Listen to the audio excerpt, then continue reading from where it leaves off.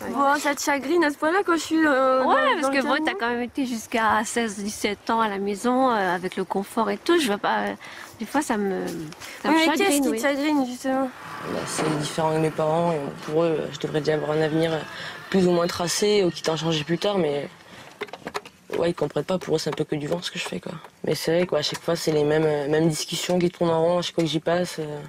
Quand c'est que tu reprends une formation, qu'est-ce qui t'intéresse, quoi? Alors j'ai beau leur dire, à peine je leur dis, ah ouais, j'aime bien la mécanique, ah ouais, on trouve une formation en mécanique, ah, j'aime bien la construction, ah ouais, on va trouver un truc en construction. Tu vois, ils s'agrippent au moins de trucs et puis ils comprennent pas que ouais, j'ai envie de faire ça par plaisir, d'apprendre, mais sans faire une formation, sans faire mon taf, quoi. Le politique n'a plus de pouvoir sur la vie des gens. Ça veut dire quoi? Ça veut dire que les politiques ne sont plus capables d'apporter de solutions? Ici et maintenant. Je ne dis pas que c'est vrai dans tous les pays du monde. Je dis partout, en tout cas dans les pays développés. Aujourd'hui, ça suffit plus.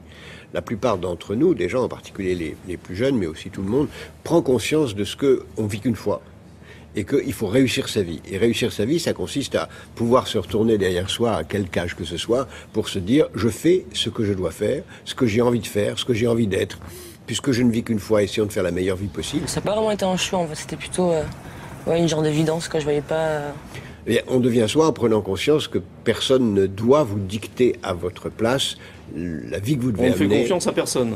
C'est pas qu'on fait confiance à personne, on définit soi-même son modèle de réussite. On dit soi-même, voilà, réussir, c'est pas ce que l'école ou les parents m'imposent, c'est pas ce que la société décide pour moi, c'est moi qui le décide. Ne pas se laisser imposer un métier, ni une formation, de se réveiller le matin en disant, je veux faire ça et je le ferai. Décider de sortir des chemins battus, choisir son métier, ne pas attendre en quémandant un emploi, mais créer son emploi soi-même.